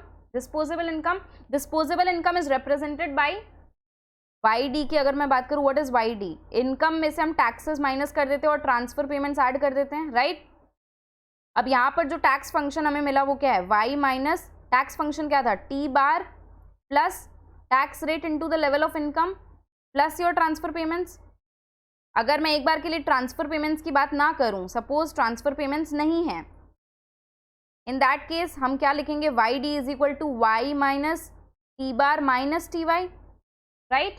अब इसी को हम कंजम्पशन फंक्शन में अगर सब्सटीट्यूट कर देते हैं तो कंजम्पशन फंक्शन क्या आ जाएगा? C is equal to A plus B into this function Y D. देखो आप, मैं जूम कर रही हूँ, Y minus T bar minus T Y. अब अगर equilibrium level of national income निकालना है तो कैसे निकालेंगे? At equilibrium we know y is equal to C plus I plus G, ठीक है। यहाँ पे हम 3 सेक्टर मॉडल अज्यूम कर रहे हैं, there is no 4 sector model, that means it's a closed economy, no foreign trade, okay. तो c plus I plus G हो गया। अब c के जगह मैं सब्सटीट्यूट कर देती हूँ, फंक्शन क्या था? a plus B into Y D था ना, तो वाई डी क्या था? y minus T bar minus T Y, ठीक है, plus I plus G, this is your y। अगर इसको हम सिंप्लीफाई करेंगे तो क्या आएगा? a प्लस, ये देखो ऑलरेडी यहाँ पर सारा सॉल्व है, मैं फिर से आपके लिए एक बार सॉल्व कर देती हूँ तो क्या है और क्लियर हो जाएगा। This T bar minus B T Y plus I plus G, मैं सारे y को अगर एक तरफ ले आऊँ, y minus B Y plus B T Y is equal to A plus, यहाँ पर क्या बच जाएगा? a यहाँ पर बच जाता है minus B T bar plus I plus G, ठीक है ना। अगर हम y को कॉमन ले लेते हैं तो क्या आ जाता है 1 minus B plus B T, that is the tax rate, ठीक है ना। आप सॉल्व कर रहे हो मेरे साथ, आप इसको खुद से एक बार सॉल्व करके देखोगे तो y क्या हो गया, y is 1 by 1 minus B plus B T into A minus B T bar, ये सब तो कांस्टेंट रह गए, ठीक है ना। तो ये जो है what you can see over here, this is your multiplier. अगर टैक्सेस प्रेजेंट है तो जो एक्सपेंडिचर मल्टीप्लायर है, इन्वेस्टमेंट मल्टीप्लायर, उसका फॉर्मूला क्या हो जाता है 1 by 1 minus B plus B T, या इसको हम ऐसे भी लिख सकते हैं 1 बाई 1 माइनस बी कॉमन ले लिया 1 माइनस टी, ठीक है। तो this represents the multiplier effect when there are proportional taxes. तो ये अपने को ध्यान रखना है, जब भी टैक्सेस आएंगे तो multiplier would not be 1 by 1 minus b, that is a simple multiplier. When there are proportional taxes, multiplier would change into 1 by 1 minus b into 1 minus, मतलब 1 by 1 minus b in the denominator and multiplied by 1 minus t. Clear हो गया आपको? चलो अभी कुछ illustrations है जो अपने देख लेते हैं. In an economy, investment expenditure is increased by rupees 400 crores and the marginal propensity to consume is 0.8. Calculate the total increase in income and saving. ठीक है, ये आप समझ लो कि आपकी प्रैक्टिस हो रही है सारे क्वेश्चंस की. Although we may have covered this in the regular class, although you may have also studied it from some other material, say RTP, MTP, कहीं आपने ऐसे क्वेश्चंस देखे हैं, बट अभी इस क्लास के साथ अपना प्रैक्टिस हो जा रहा है. ठीक है, चलो. तो इन्वेस्टमेंट एक्सपेंडिचर बड़ा मतलब ये क्या हो गया, delta I is equal to 400, इसको डेल्टा आई बोलते हैं. और ये क्या होगा, ये आपका मार्जिनल प्रोपेंसिटी टू कंज्यूम, जिसको हम बी कहते हैं. निकालना क्या है, टोटल इंक्रीज इन इनकम. जब भी आपको दिख रहा है कि there is a change in investment, MPC भी दिया हुआ है, तो माइंड में क्या क्लिक होना चाहिए, अपने को निकालना है the value of investment multiplier. Formula क्या था, 1 बाई 1 माइनस एमपीसी. ठीक है, तो हो गया 1 by 1 minus 0.8 which comes to 5. K is equal to 5. निकालना क्या है, increase in income and increase in savings. मतलब मुझे निकालना है delta Y and delta S. अब डेल्टा एस निकालने के लिए मुझे मार्जिनल प्रोपेंसिटी टू सेव चाहिए, because this is marginal propensity to consume. So if MPC is 0.8, MPS क्या हो गया, MPS would be 0.2, 1 minus B. Simple है. तो total increase in income, delta Y क्या हो जाएगा, delta Y would be multiplier into the initial increase in investment. And delta S क्या हो जाएगा, डेल्टा एस वुड बी जितना एक्सपेंडिचर, जितना आपका इनकम बढ़ा. ठीक है, इनकम के ऊपर हम आपका जो एमपीएस है वो अप्लाई करेंगे into the level of income that is increasing, because income में से सेविंग होगी. ध्यान रखना, इनकम के अंदर से सेविंग होगी. तो this is, if increase in income is 2000 into 0.2 is your increase in savings. So this is one part which I thought कि अगर आप इतना conceptual clarity नहीं है तो आप इसको कर नहीं पाओगे, because पहले MPS निकालना होगा. MPS को अप्लाई किस पे करना होगा, इनकम के लेवल पे अप्लाई करना होगा. ठीक है, तो इसका ये वाला पार्ट मार्क करके रखेंगे. इंक्रीज इन सेविंग कैसे निकलेगा. चलो next, N increase in investment by 400 crores, again delta I is given, leads to an increase in national income by 1600. this is delta y. calculate MPC. बहुत simple है. K का formula क्या है, K is delta I by delta y by delta I. change in income due to change in investment. K को हम और क्या लिख सकते हैं, 1 by 1 minus b is equal to delta y by delta I. we have the values of delta y delta I. substitute कर दो, आपका b का वैल्यू निकल जाएगा. सिंपल क्वेश्चन था. In an economy, investment is increasing by rupees 600 crores delta I. If the marginal propensity to consume is 0.6 MPC, that is B. Calculate the total increase in income. And यहाँ पर consumption expenditure पूछा है, तो ये simple है, क्योंकि यहाँ पर MPC दिया हुआ है. Once you calculate the total increase in income, which is nothing but the multiplier into the initial increase in investment. तो formula again क्या हो जाएगा, K is 1 by 1 minus B and delta y is nothing but K into delta I. delta I is your change in investment. ठीक है। और delta C मुझे अगर निकालना होगा तो ये जो डेल्टा वाई आ जाएगा इसमें मैं मार्जिनल प्रोपेंसिटी टू कंज्यूम को मल्टीप्लाई कर दूंगी। If income is increasing by x amount, by how much amount the consumption is increasing, that is denoted by your MPC, right, into B हो जाएगा। अगला सवाल, suppose in a country investment increases by ₹100 crores, again delta I, and consumption is given by C is equal to 10 plus 0.6y, how much increases will there take place in income? अपने को again delta Y निकालना है। यहाँ पर difference क्या हो गया, पहले के क्वेश्चंस में एमपीसी सीधा सीधा दिया हुआ था, 0.6 है, 0.8 है। यहाँ पर आपको आइडेंटिफाई करना है एमपीसी कितना है। तो C क्या होता है, C is equal to A plus B Y. C is a function of autonomous expenditure and the expenditure which is dependent on your level of income, ठीक है, डिस्क्रिशनरी एक्सपेंडिचर जिसको अपने कहते हैं। तो बी वाई यानी B, this is what, this is nothing but your MPC. इस question के according MPC would be 0.6। Formula same apply करके you can calculate increase in income, that is delta Y. चलो नेक्स्ट क्वेश्चन देखो, this is where tax comes into picture. C is equal to 10 plus 0.75 YD, I is equal to 50, G is equal to T is equal to 20। मतलब government expenditure जितना है उतना ही level of taxes है। देखो government expenditure हो गया government का खर्चा, टैक्स क्या हो गया, गवर्नमेंट का रेवेन्यू।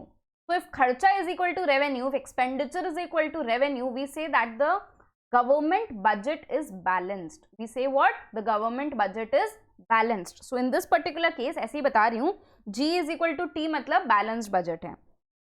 सी कंजम्पशन है पता है हमें, आई इन्वेस्टमेंट होता है, वाई डिस्पोजेबल इनकम होता है, G is government expenditure and T is tax. You need to calculate the equilibrium level of national income. Very simple question. यहाँ पर वाई डी की जगह हमें क्या सब्सटीट्यूट कर देना है, Y D is equal to Y minus taxes plus your transfer payments. Transfer payment 0 है तो वाई माइनस 20 प्लस 0। तो बस वाई डी की जगह इसको सब्सटीट्यूट कर देना है और निकल जाएगा आपका equilibrium level of national income. अगला सवाल है, what is the size of the multiplier. अब बताओ मुझे मल्टीप्लायर का फॉर्मूला क्या होगा।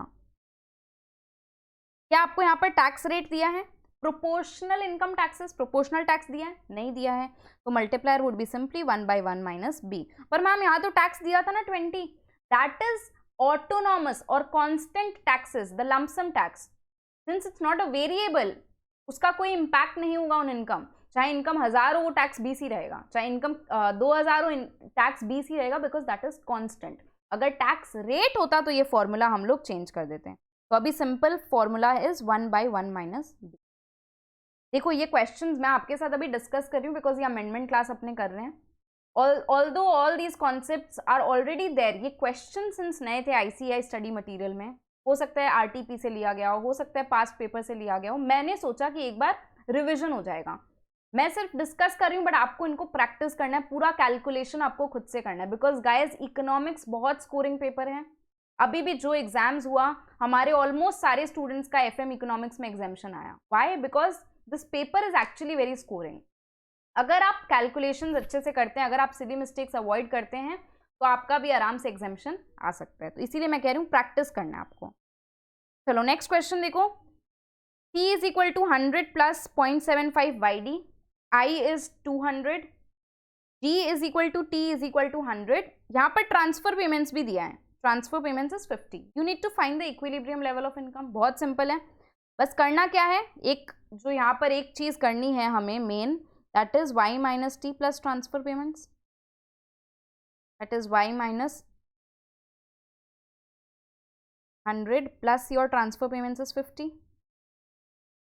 तो YD की जगह आपको y माइनस 50 बस सब्सटीट्यूट करना है, that's it, that's all that you need to do. And then equilibrium पे हमें पता है y is equal to C plus I plus G, आपका इक्विलिब्रियम निकल जाएगा। Next question c, this is a question that you need to practice very well, important mark करेंगे इसको। For a closed economy the following data is given, consumption is given as C is equal to 75 plus 0.5 y minus t. तो 0.5 क्या हो गया, B हो गया। Investment I is equal to 80, total tax T is 25 plus 0.1 y। यहाँ पे दिमाग की घंटी बज जानी चाहिए कि this is your lump sum tax that is t bar and this is your tax rate t and y. Government expenditure is G is equal to 100. Find out the equilibrium income. Equilibrium निकालना यहाँ पर simple है, just like other questions. y minus t के जगह हम t का function को substitute कर देंगे, तो c आपका हो गया this is your consumption function. Consumption function के जगह हम लिखेंगे 75 प्लस 0.5y. अच्छे से लिख देती हूँ. कंजम्पशन फंक्शन क्या दिया है? 75 प्लस 0.5y माइनस टी. आपको t दिया हुआ है, ठीक है ना, तो t के जगह हम t का जो फंक्शन है उसको सब्सटीट्यूट कर देंगे. 25 minus 0.1y. Now we have everything in terms of y. ठीक है, c as a function of y पूरा आपको मिल गया. इक्विलिब्रियम पे y is equal to c plus I plus G. You calculate the equilibrium income. The trick is here. What is the value of multiplier? By trick I mean to say something that is new. ठीक है, हो सकता है आपने नहीं पढ़ा पहले इसको. हमने भी क्लास में जब प्रोपोर्शनल टैक्सेस होते हैं तो मल्टीप्लायर क्या होता है उसके इफेक्ट को नहीं डिस्कस किया था, because that was out of the scope according to the old study material. अब स्कोप में आ गया तो मैं आपको बता देती हूँ. मल्टीप्लायर क्या हो जाएगा? Multiplier would be 1/1 minus B plus B t. ठीक है ना, मैंने आपको एक्सप्लेन कर दिया था ऑलरेडी कैसे आया ये फॉर्मूला. 1/1 माइनस बी क्या है? पॉइंट. बी हमारा है 0.5,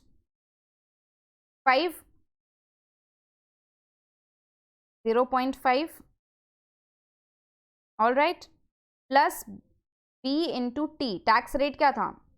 टैक्स रेट 0.1 है. देखो क्वेश्चन में एक्सप्लिसिटली नहीं लिखा होगा कि ये टैक्स रेट है, ये MPC है, बी है. आपको आइडेंटिफाई करना होगा. You know how the functions are constructed, you can identify easily. ठीक है, चलो अगला सवाल देखो. The consumption function is C is equal to 40 plus 0.8 YD. T दिया हुआ है 0.1 Y. इन्वेस्टमेंट दिया है 60. G is 40. यहाँ पर ओपन इकोनॉमी है. X is 58 and M is 0.05 Y. Find out the equilibrium level of income. अब आपको इक्विलिब्रियम लेवल ऑफ इनकम तो निकालना आ ही गया है, हमें बस YD के जगह सब्सटीट्यूट कर देना है after consideration of taxes. Net export निकालना है which is X minus M. यहाँ पर M जो है that is import, it is given as a function of Y. मतलब जब इक्विलिब्रियम इनकम निकल जाएगा उसको यहाँ मैं सब्सटीट्यूट कर दूंगी. M इज इक्वल टू से हमारा इक्विलिब्रियम लेवल ऑफ इनकम क्या आया है? यहाँ पर इक्विलिब्रियम लेवल ऑफ इनकम आया है 600 crores. So into 600 this will give me the value of imports and net exports would be 58 minus whatever value I get for M. Net exports आ गया. अब अगला सवाल है net export. If the export were to increase by 6.25, तो export की original value क्या है? 58. अब न्यू x क्या हो जाएगा? न्यू imports की वैल्यू 58 प्लस 6.25. तो अब ये जो वैल्यू आ गई विच इज 64.25, इसके अकॉर्डिंग हमें न्यू इक्विलिब्रियम आउटपुट निकालना है and then new net export अपने को कैलकुलेट करना है, सेम मेथड फॉलो करके. नेक्स्ट क्वेश्चन देखो. An economy is characterized by the following equation. C is given 60 plus 0.9 YD. Investment I is equal to 10. Government expenditure G is 10. Tax T is 0. Exports 20. Imports M दिया है 10 plus 0.05 Y. What is the equilibrium income? Equilibrium क्या हो जाएगा? Y is equal to C plus I plus G plus X minus M. यहाँ पर C जो दिया है 60 प्लस 0.9 YD. YD क्या हो गया? YD is Y minus taxes, but tax is 0, तो अगेन 0.9 Y ही रह जाएगा. इस तरह से हम इक्विलिब्रियम निकाल लेंगे. ठीक है, इनकम. अगला क्वेश्चन जो है, calculate trade balance and foreign trade multiplier. Trade balance क्या होता है? नेट एक्सपोर्ट्स आप निकालेंगे X माइनस M. ठीक है, जो इक्विलिब्रियम इनकम आया वो यहाँ पर सब्सटीट्यूट कर देंगे in the import function, equilibrium level of output, and वहाँ से हमें इम्पोर्ट मिल जाएगा. तो X माइनस M से हमने निकाल लिया क्या? Net exports. अगर नेट एक्सपोर्ट देखो यहाँ पर क्या आया? -20 विच इज इन नेगेटिव. इसको कहते हैं trade balance is in deficit. अगर ये पॉजिटिव में आता मतलब exports would have been greater than import, तो हम क्या कहते हैं? Trade surplus. Foreign trade multiplier निकालना हमें आता है. फॉर्मूला क्या है? 1/1 माइनस बी प्लस M. यहाँ पर एक और चीज नोट करो, अगर टैक्सेस होते प्रोपोर्शनल इनकम टैक्सेस तो 1/1 minus b into 1 minus t plus m, ये फॉर्मूला होता है, बट यहाँ पर नहीं है। अच्छा, मार्जिनल प्रोपेंसिटी टू इम्पोर्ट क्या है, एम आपको आइडेंटिफाई करना होगा, this is your small m, that is marginal propensity to import. If income increases by x amount, how much would the imports, ठीक है, इसको हम कहते हैं marginal propensity to import. Next question, suppose in an economy C is equal to 100 plus B, y minus 50 minus TY, you see there is again, मैं ये questions आपको बार बार इसलिए करा रही हूँ बिकॉज यहाँ पर प्रोपोर्शनल इनकम टैक्स का कहाँ पर इफेक्ट लेना है कहाँ नहीं लेना आपको समझ आ जाना चाहिए। I is 50, G is 50, X is 10, M is 5 plus 0.1Y, MPC is given as 0.8, proportional income tax rate is 0.25। तो C को अगर मैं फंक्शन जैसे लिखूं तो 100 plus C is equal to 100 plus 0.8 y minus 50 minus 0.25y, ठीक है। निकालना क्या, equilibrium national income, foreign trade multiplier, equilibrium value of imports, equilibrium value of imports, ये तीन चीजें निकालनी है। तो नेशनल इनकम तो निकाल ही लोगे अब आप लोग, y is equal to C plus I plus G plus X minus M, सबकी वैल्यूज दी गई है, बस C आपको ये सब्सटीट्यूट करना है, आपको y की वैल्यू मिल जाएगी। फॉरेन ट्रेड मल्टीप्लायर यहाँ क्या होगा, यहाँ जो मैंने अभी लास्ट क्वेश्चन में आपको बताया था, foreign trade multiplier would be 1/1 minus b into 1 minus t plus small m। What is small m का value here, small m is your 0.1। And equilibrium value of imports कैसे निकालेंगे, जो equilibrium level of national income आएगा उसको इस function में substitute कर देंगे and we will get the equilibrium value of imports. Next question, if equilibrium national income falls short of full employment income by ₹50, how much government should increase its expenditure to attain the full employment. मतलब delta Y क्या है, delta y is your 50, you need to find out how much the government should increase its expenditure to attain the full employment। इसको हमें multiplier के concept से करना है। इस क्वेश्चन को सबसे पहले इंपॉर्टेंट मार्क करेंगे, इस वीडियो को देखने के बाद आप लोग इस सम को खुद से एक बार प्रैक्टिस करेंगे, ठीक है। फॉरेन ट्रेड मल्टीप्लायर की देखो यहाँ पर वैल्यू जो है वो 2 आ गई है, ठीक है, foreign trade multiplier is 2। Now question is asking government को एक्सपेंडिचर कितना इंक्रीज करना है in order to achieve an increase in income by ₹50 crore, क्योंकि डेफिसिट क्या है, deficit in income is 50 crore, तो वो हमें फुलफिल करना है उस गैप को। मतलब delta y is given as 50, जो मल्टीप्लायर है वो हमारा निकल गया है 2। आपको बताना है कितना से डेल्टा जी आपको इंक्रीज करना है। Change in income by change in government expenditure is 2। Therefore, if I talk of change in government expenditure, it would be 50/2, which is 25. Clear हो गया? Simple question है. Next, suppose the consumption function is C is equal to 50 plus 0.8 YD, I is 180 crores, G is 190 crores, T is 0.2 Y. Find the equilibrium level of income. अब मैं ये नहीं discuss कर रही again, because YD के जगह हमें बस सब्सटीट्यूट करना है। YD क्या हो जाएगा, YD would be y minus 0.2y and we will get the equilibrium level of national income. Find the revenue from taxes at the equilibrium. Revenue from taxes, तो equilibrium अगर y मिल गया तो t के function में y को substitute कर देंगे, y की value, we will get the revenue from taxes. Is the government budget balanced? So this is one good question, new question I mean to say. Government budget balanced है या नहीं है? तो G की value हमारे पास है, government expenditure is 190। Equilibrium output पे T की वैल्यू हम निकाल लेंगे, which if I show you it is 233.33 crore. Now this T taxes is the revenue for the government. If revenue is more than expenditure, we say the budget is in surplus. Of course, अगर revenue ज़्यादा, inflow ज़्यादा है than the outflow, we say that the budget is in surplus. Find the equilibrium level of income when investments increases by 120 crores. Investment 120 crore से बढ़ रहा है तो आपको निकालना है the new equilibrium level of income. तो सबसे पहले हम चेंज इन वाई निकाल लेंगे। Delta y by delta I is equal to 1/1 minus b into 1 minus t. Note this, यहाँ पर जो है आपको टैक्स रेट दिया गया है, multiplier would be 1/1 minus b into 1 minus t. इससे हमारा डेल्टा वाई निकल जाएगा, delta Y would be change in investment by 1 minus b into 1 minus t. निकल गया आपका क्या, चेंज इन वाई। निकालना क्या है, निकालना आपको इंक्रीज इन इनकम नहीं निकालना है, you have to find out equilibrium level of income, the new equilibrium level of income which is nothing but y plus delta y. तो ओरिजिनल इक्विलिब्रियम क्या आया था 1166.66 और चेंज जो आया है वो 333.33 करोड़ है। तो इसको ऐड करेंगे, we will get the new equilibrium of income. Question को ध्यान से पढ़ना बहुत ज्यादा जरूरी है। कहां पर चेंज पूछ रहा है, कहां पर aggregate total new level of income पूछ रहा है, accordingly we need to find the answer. Okay, next question. C is given as a function of your disposable income 50 plus 0.6 YD, I is 160, T is given as 30, G is 28, X minus M, यहाँ पर net exports directly आपको दिया है 20 and minus 0.05 Y. Find the equilibrium level of income, simple you can find out.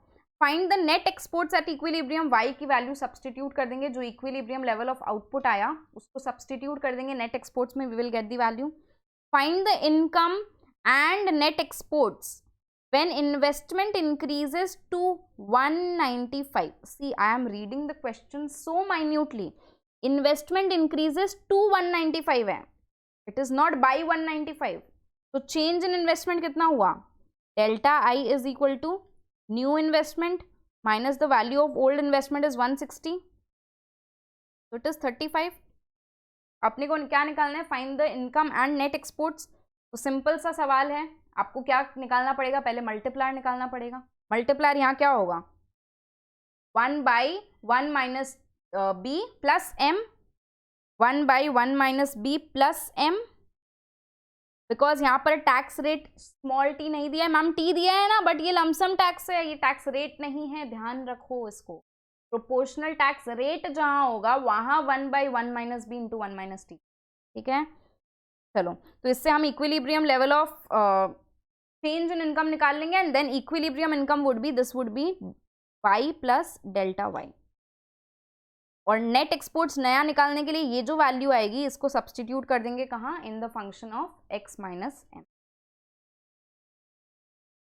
ये देखो new equilibrium निकल गया ना। ओके, चलो, इससे हमारा जो है Keynesian theory of determination of national income के चेंजेस जो है कवर हो गए। मोस्ट इंपॉर्टेंट कॉन्सेप्ट यहाँ जो था, जो मुझे आपको समझाना था clearly, was the multiplier when there are proportional taxes, when there is a tax rate given in the question, how do we calculate the multiplier. तो एग्जाम में इस तरह का क्वेश्चन आने का बहुत प्रोबेबिलिटी है, क्योंकि पुराने स्टडी मटेरियल में ये नहीं था। थोड़ा कॉम्प्लेक्स करने के लिए क्वेश्चंस को इस तरह से वो लोग पूछ सकते हैं, ठीक है। चलो, आज के लेक्चर में इतना ही। नेक्स्ट लेक्चर के अंदर हम जो सेकंड यूनिट है उसके चेंजेस को कवर करेंगे। Okay, bye bye everyone.